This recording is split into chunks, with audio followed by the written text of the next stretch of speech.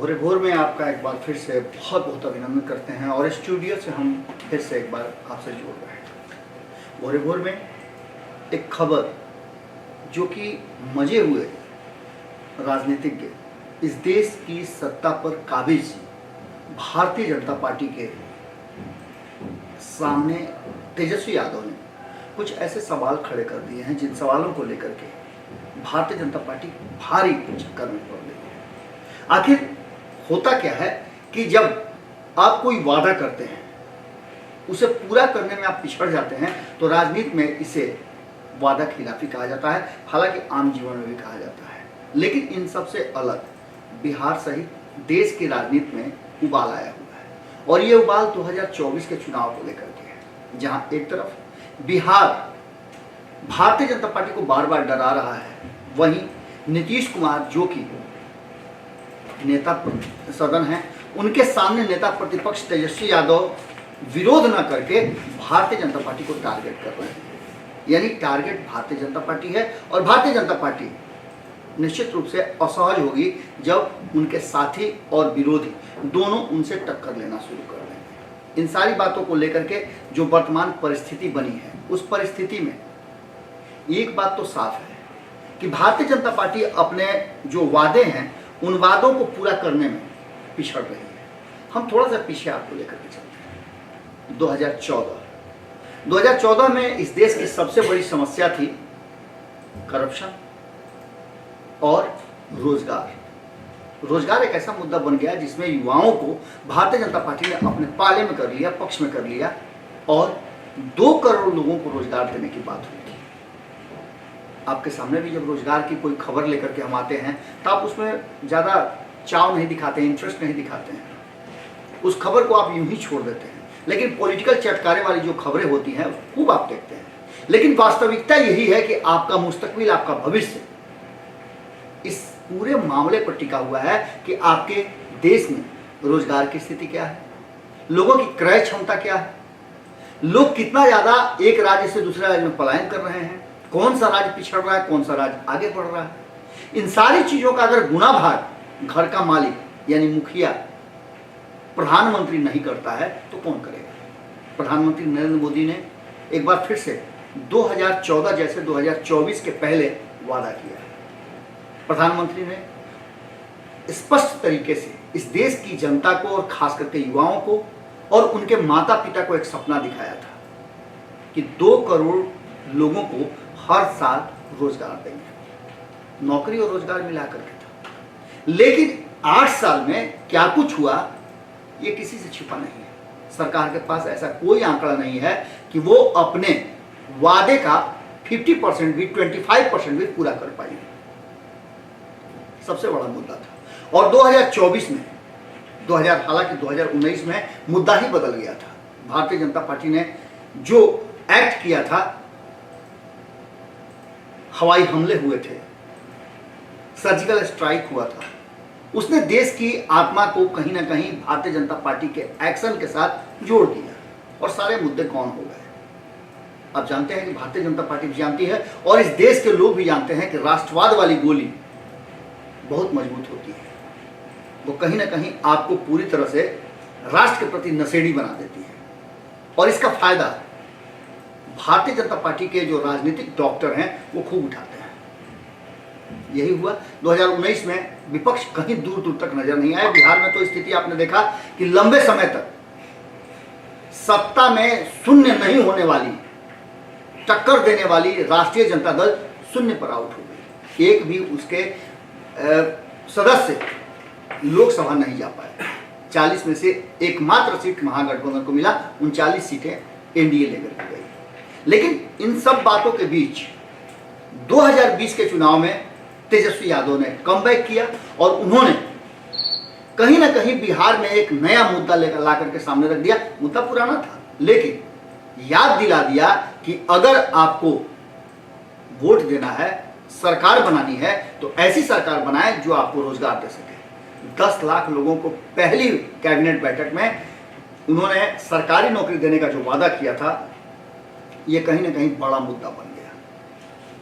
19 लाख लोगों को रोजगार देने का भारतीय जनता पार्टी को भी वादा करना पड़ा, लेकिन ये वादे धरे के धरे रह गए और इतना ज़्यादा राजनीति होने लगी, उखाड़ कबाड़ होने लगा, इतना ज़्यादा सरकार रहेगी कि जाएगी ये चर्चाएं शुरू हो गई कि ये सारा मुद्दा गौन हो गया। हालांकि समय समय पर तेजस्वी यादव ने इस मुद्दे को उठाया है। अब जबकि प्रधानमंत्री नरेंद्र मोदी ने बैठक करके साफ तरीके से केंद्र के सभी विभागों को मिशन मोड में 10 लाख लोगों को इन 1.5 सालों में जो बचे हुए हैं लोकसभा चुनाव के, उसमें नौकरी देने की बात की है। कहा यह जा रहा है कि 10 लाख भर्तियां करेंगे। इसके साथ ही अनुमानित आंकड़ों के अनुसार 40 लाख केंद्रीय पदों में फिलहाल 9 लाख स्वीकृत पद खाली हैं। इन सारी बातों को और आंकड़ों को लेकर के जहां एक तरफ प्रधानमंत्री ने यानी कुछ सृजित पद भी हैं जिनको लेकर के लिहाजा 2024 के आम चुनाव से पहले सरकार विपक्ष से बेरोजगारी का जो मुद्दा है वो बड़ा होने वाला है, उसे छीनना चाहती है। अब इस बात को लेकर के, इस चर्चा को लेकर के प्रधानमंत्री ने कई ऐसे बैरियर्स बनाए, कई विभागों को अलर्ट कर दिया है, अलर्ट मोड पर है। अब इन सारी बातों को लेकर के विपक्ष जो बेरोजगारी का मुद्दा उठाता, उससे ठीक पहले आम चुनाव से पहले इन 1.5 सालों में भारतीय जनता पार्टी खुद को तैयार करेगी और तेजस्वी यादव ने इन बातों को समझ लिया है। राजनीतिक रूप से आपको पता है कि तेजस्वी यादव बड़ी तेजी से ग्रो कर रहे हैं, चाहे वो नीतीश कुमार से उनकी मिलने जुलने की प्रक्रिया हो या भारतीय जनता पार्टी और नीतीश कुमार के बीच का खटपट हो, उससे फायदा उठाने की बात हो, या नीतीश कुमार को भारतीय जनता पार्टी के विरुद्ध खड़ा करने की बात हो। इन सारे राजनीतिक दाव पेचों को वो अच्छी तरह से निभा रहे हैं। ऐसी स्थिति में पूरी तरह से प्रधानमंत्री ने सभी विभाग के जितने भी उनके मंत्रालय हैं सभी मंत्रियों को बुला करके बैठक की है और इस बैठक के बाद पूरी तरह से इस मामले को गंभीरता से लेते हुए, अब कितना गंभीर है, 2 करोड़ लोगों को रोजगार देने का भी वादा उन्होंने किया था, कितने गंभीर हैं इसके प्रति आप खुद जानते हैं। और कई ऐसे मुद्दे हैं जिसको लेकर के गृह मंत्री जुगला भी बता चुके हैं। गृह मंत्री ने साफ तौर पे कहा है कि नए भारत का आधार उसकी युवा शक्ति है। एक बार फिर से 2014 की तरह 2024 में वही गोली चुसाई जा रही है और उस गोली को चूसने के लिए पूरी तरह से लोग तैयार हैं। अब ऐसी स्थिति में कहीं ना कहीं अमित शाह के इस बात को लेकर के उन्होंने स्पष्ट तरीके से कहा है कि नए भारत का आधार उसकी युवा शक्ति है। मोदी जी उन्हें सशक्त बनाने के लिए निरंतर प्रयास कर रहे हैं, काम कर रहे हैं। आगे वो लिखते हैं कि 1.5 साल में सभी सरकारी विभागों और मंत्रालयों को मिशन मोड में 10 लाख भर्तियां करने का मोदी जी ने जो निर्देश दिया है, जो आदेश दिया है, वो करने के लिए वो तैयार हो जाएं और इसके लिए पूरी तरह से उम्मीद और विश्वास के साथ लोग आगे चलेंगे। इस पूरे मामले को अगर देखा जाए तो कहीं ना कहीं प्रधानमंत्री नरेंद्र मोदी और पूरी भारतीय जनता पार्टी इस बात के तरफ अग्रसर हो गई है कि 2014 के तरह 2024 में भी रोजगार और लोगों को नौकरियां देने का, रोजगार देने का जो सबसे बड़ा मुद्दा, अहम मुद्दा इस देश में है, उसको सामने रख करके और एक बार फिर से सत्ता पर अपनी पकड़ बनाई जा सके। इन सारी बातों को लेकर के तेजस्वी यादव, हालांकि विपक्ष के अभी किसी भी नेता ने इस पर अपनी बात नहीं रखी है, लेकिन तेजस्वी यादव ने लगातार प्रधानमंत्री के बयान आने के बाद एक्शन किया है और उस एक्शन का रिएक्शन भी आना निश्चित रूप से अब शुरू हो जाएगा।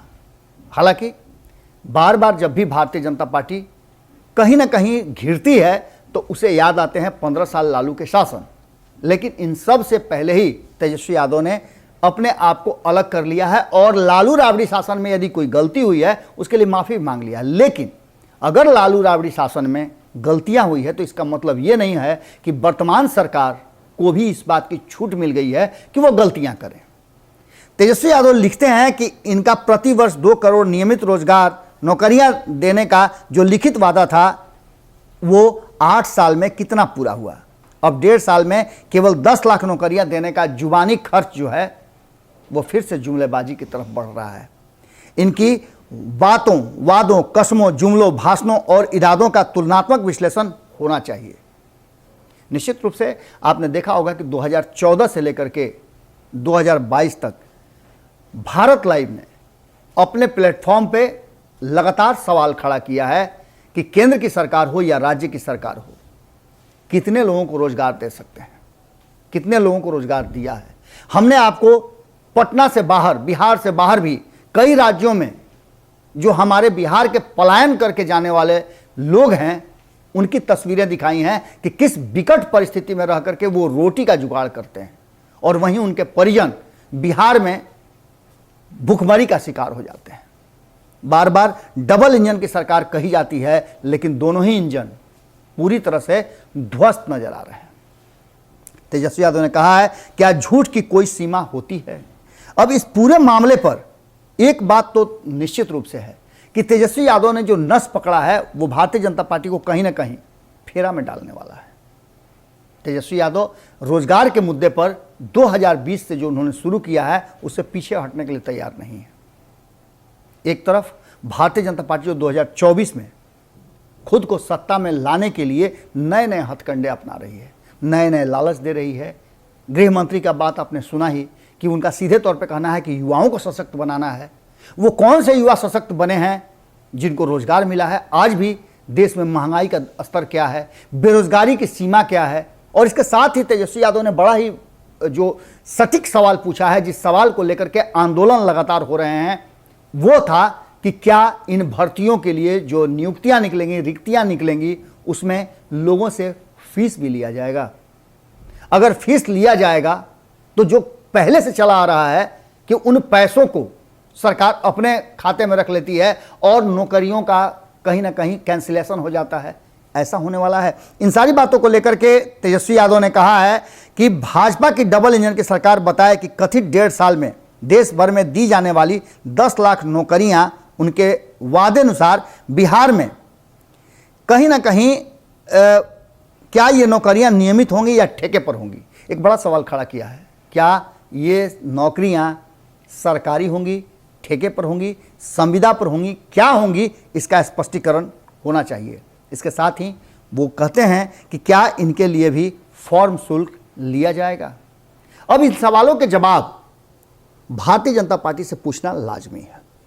हम सवाल पूछते हैं भारतीय जनता पार्टी के नेताओं से, प्रवक्ताओं से कि आपने घोषणा तो कर दी, घोषणा आपने 2014 में भी किया था और फिर 2024 आने से पहले आप घोषणाओं का अंबार लगा रहे हैं, तो क्या एक बार फिर से बिहार जैसे राज्य, जहां के नीतीश कुमार को आप कहते हैं कि उनकी आपकी कृपा पर मुख्यमंत्री हैं, तो क्या इस कृपा का साया बिहार के 14 करोड़ लोगों पर पड़ेगा?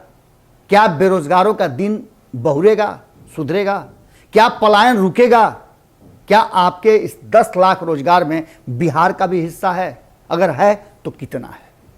क्योंकि 19 लाख रोजगार का आपने वादा किया था आज से 1.5 साल पहले, वो तो शुरू भी नहीं हुआ है, लेकिन अपनी पीठ थपथपा रहे हैं और फिर एक बार वही भरोसे वाली गोली चुसा रहे हैं।